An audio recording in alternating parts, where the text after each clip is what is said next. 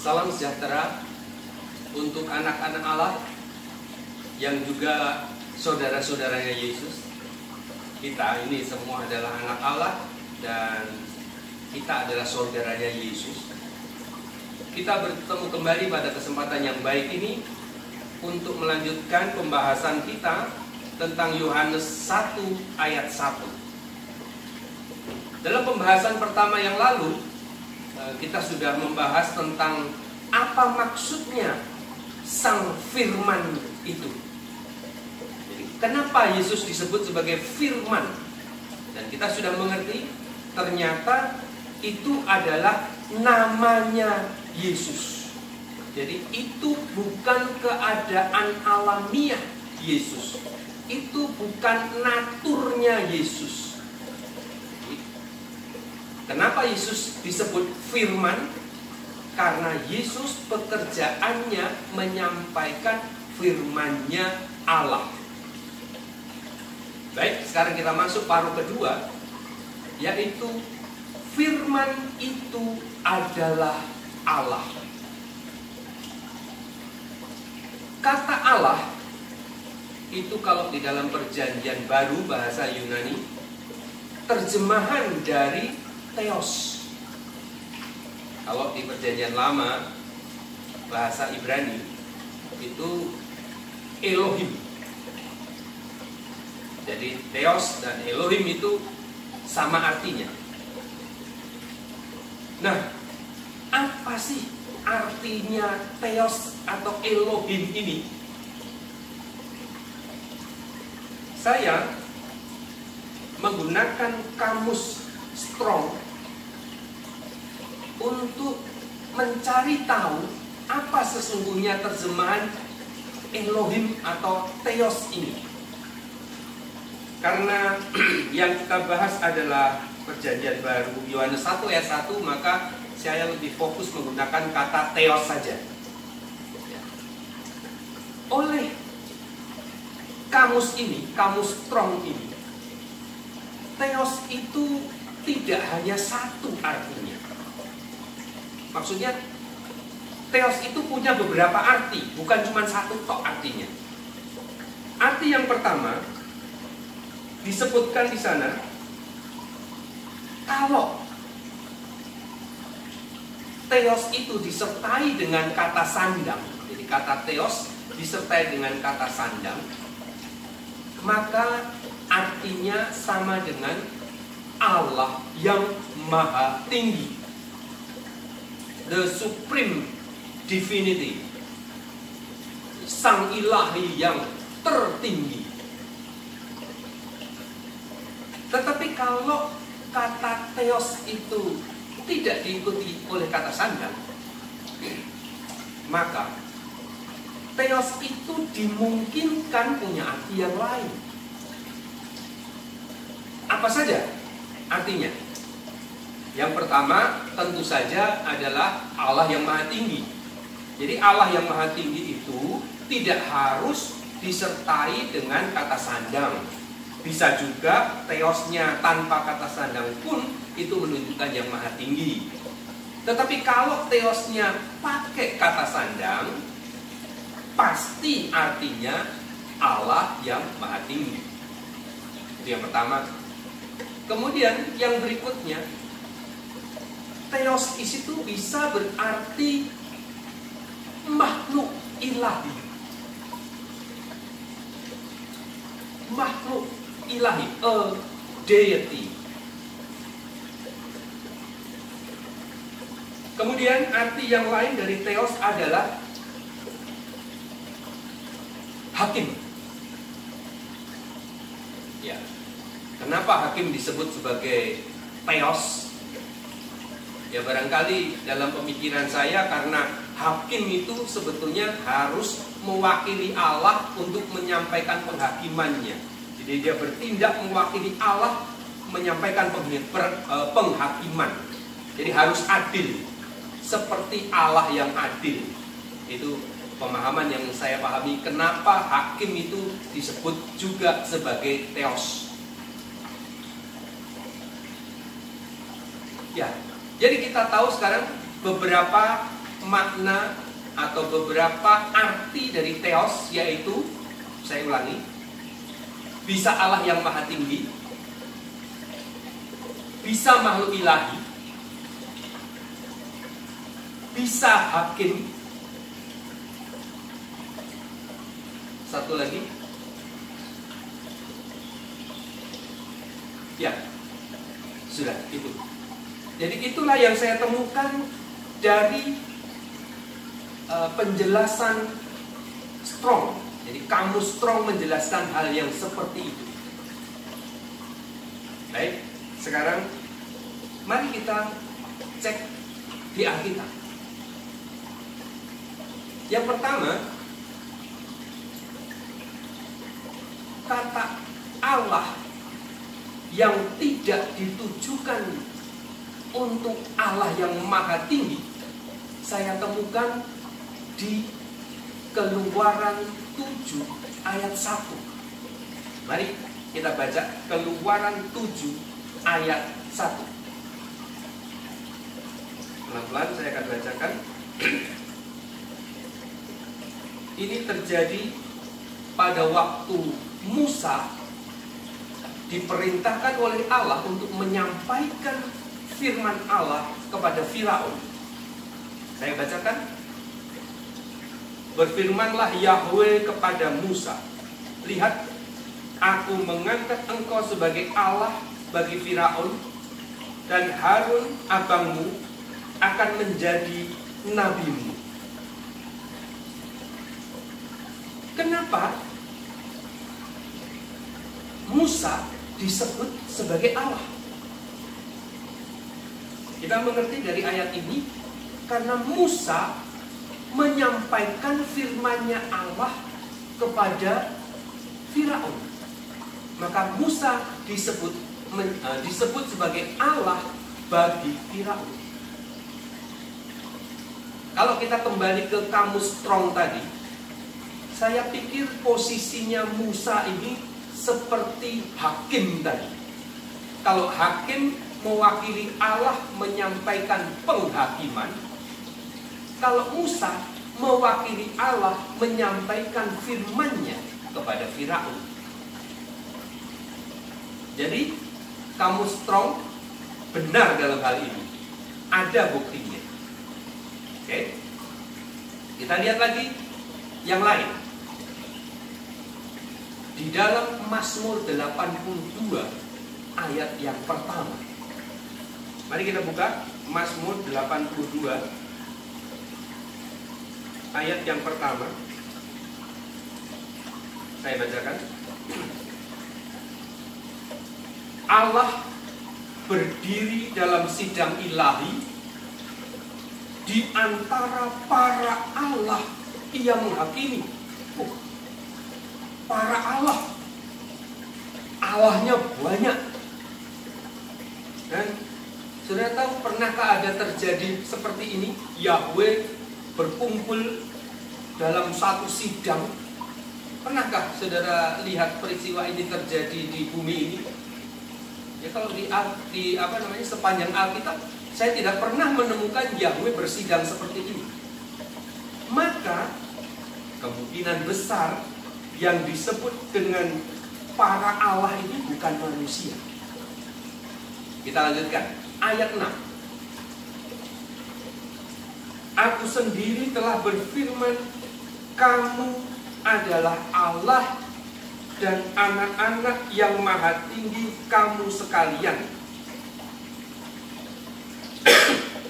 Namun seperti manusia kamu akan mati, dan seperti salah seorang pembesar kamu akan tewas.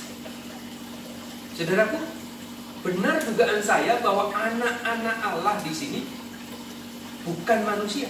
Karena ayat tadi, ayat 7 mengatakan, seperti manusia kamu akan mati. Berarti bukan manusia dong. Tetapi yang menarik, anak-anak Allah di sini disebut sebagai Allah. Karena yang berkumpul banyak, maka Allah di antara para Allah. Nah, siapa anak-anak Allah yang disebut Allah ini. Kalau kita lihat konteks ayat ini adalah Allah memberi teguran kepada anak-anak Allah yang bukan manusia itu, karena mereka tidak menghakimi dengan adil. Jadi ditegur, kalau kamu tidak adil, maka seperti manusia kamu akan mati. Jadi siapa anak-anak Allah yang disebut sebagai Allah ini? Maka dia adalah satu makhluk ilahi, dia bukan manusia. Dan yang kedua, dia adalah wakil Allah yang ditugasi untuk menghakimi. Jadi benar lagi apa kata Strong tadi, bahwa kata theos itu bisa untuk hakim, bisa juga untuk makhluk ilahi. Kita buktikan yang lain. Sekarang kita ke Perjanjian Baru. Satu kali Rasul Paulus digigit ular dan dia tidak mati. Saya lihatkan ayatnya.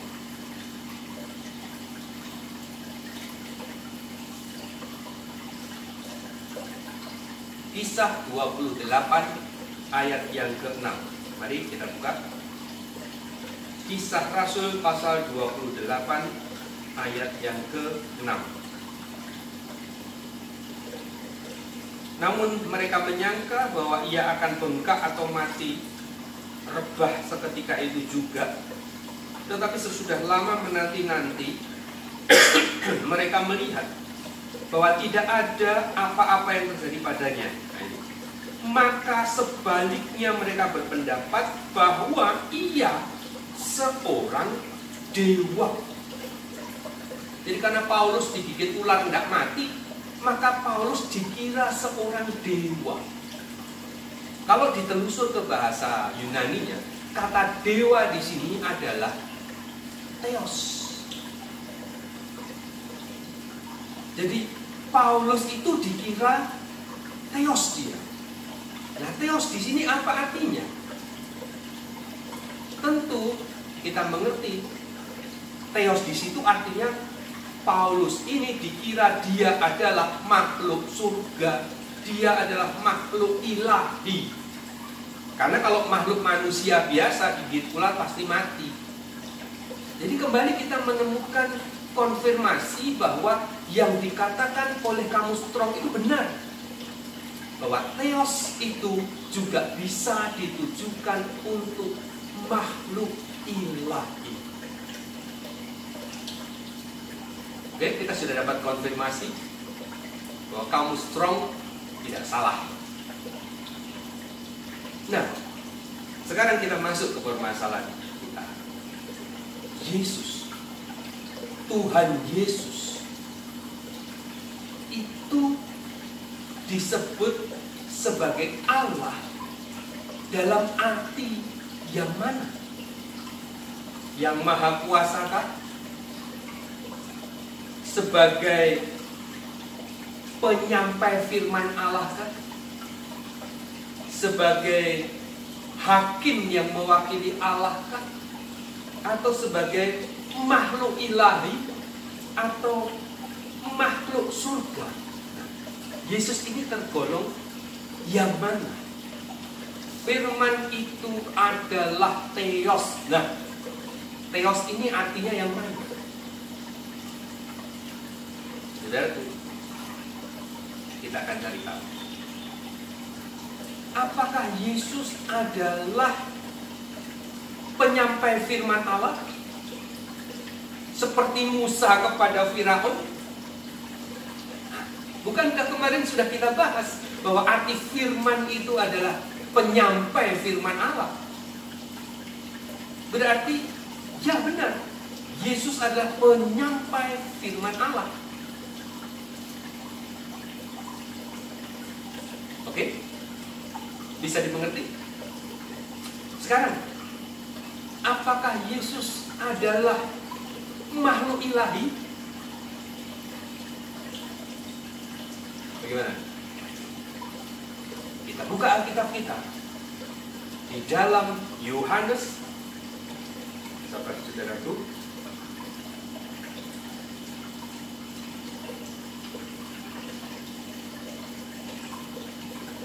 mari kita buka Alkitab kita di dalam Yohanes 10 ayat yang ke-34.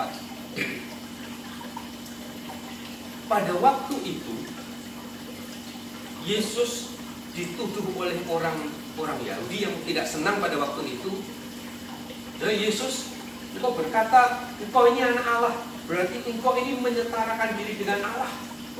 Ya, begitu tuduhan orang Yahudi. Lalu apa pembelaan Yesus?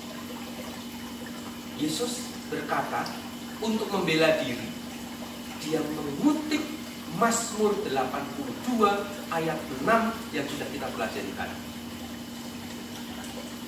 Bukankah ada tertulis dalam kitab Tauratmu, kamu adalah Allah dan anak-anak Allah yang maha tinggi kamu sekalian. Jadi Yesus membela diri dengan mengatakan, aku ini anak Allah. Dan kalau aku ini anak Allah, itu aku bukan berarti menghujat Allah. Karena kitab Tauratmu itu loh ngomong begitu. Jadi Yesus mengidentifikasi diri sebagai anak-anak Allah seperti yang di Mazmur 82 ayat 6 tadi. Mazmur 82 ayat 6 tadi kita sudah bahas. Siapa itu?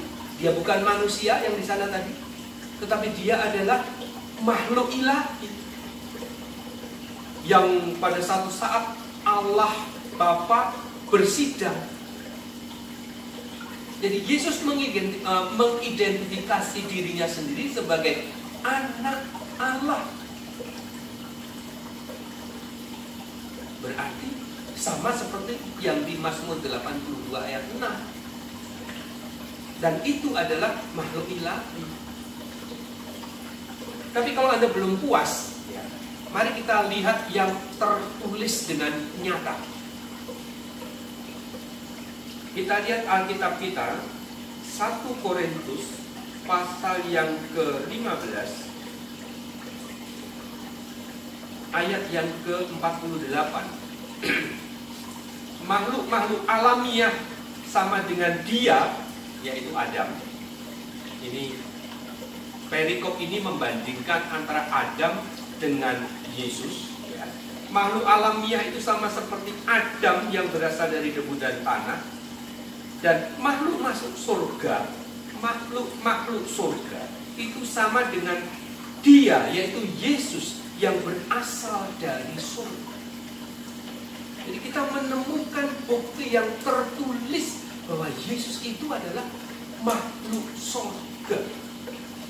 Dan yang makhluk surga seperti Yesus itu bukan cuma Yesus, ada yang lain, banyak. Karena di sini dikatakan makhluk surga itu sama seperti Yesus. Jadi kita menemukan konfirmasi lagi bahwa Yesus adalah makhluk surga, makhluk ilahi. Lalu ini yang paling penting.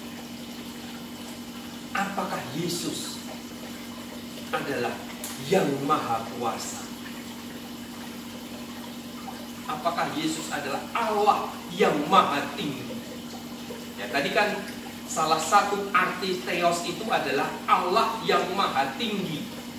Kalau ada artikelnya, artinya pasti Allah yang maha tinggi. Tapi kalau tidak ada artikelnya, bukan saja Allah yang maha tinggi, tapi mungkin artinya lain. Nah, kemungkinan arti yang lain tadi sudah kita bahas, dan itu cocok kepada Yesus. Nah, sekarang apakah Yesus cocok disebut sebagai Allah yang maha tinggi? Mari kita bahas. Sudah tahu apa artinya Allah yang maha tinggi? kalau namanya maha tinggi, itu berarti tidak ada lagi yang lebih tinggi daripada dia.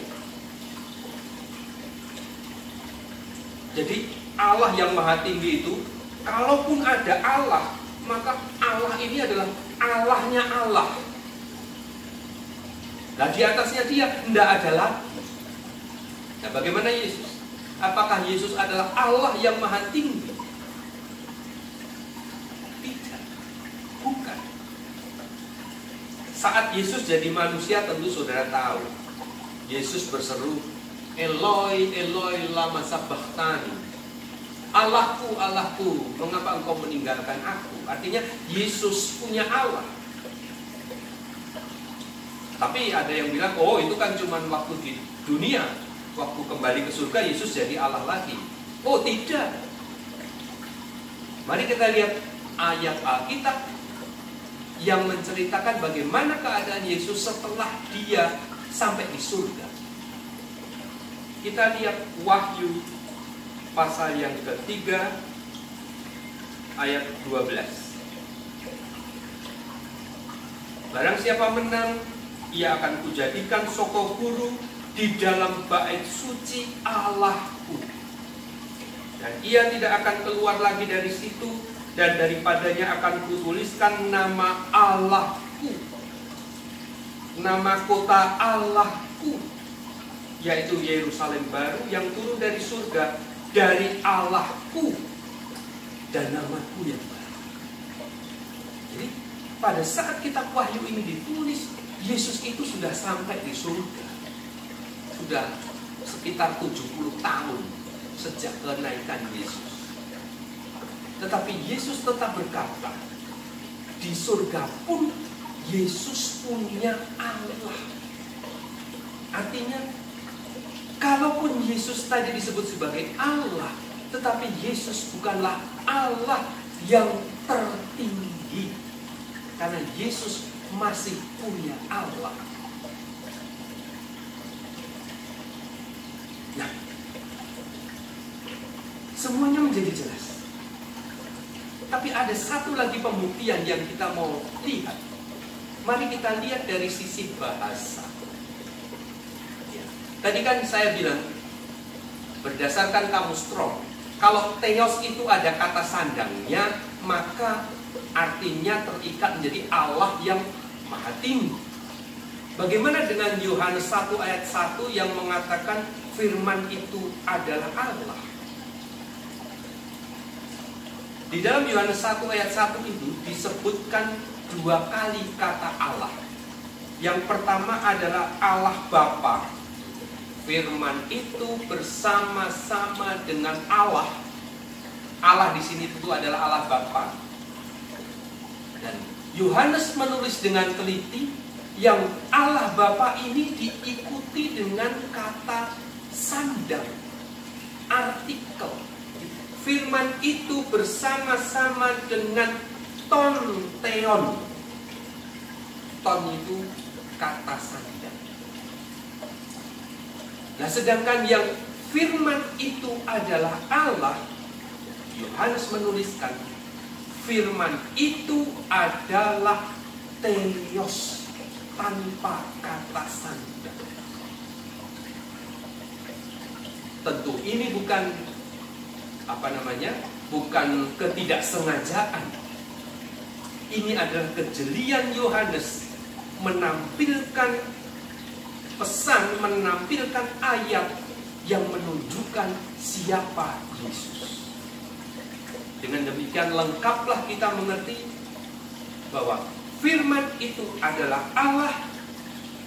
Allah di sini bukan dalam arti yang maha tinggi, tetapi Allah di sini dalam arti makhluk ilahi, makhluk surga, penyampai firman Allah, penyampai penghakiman Allah. Demikianlah pembahasan kali ini, mudah-mudahan bisa dipahami.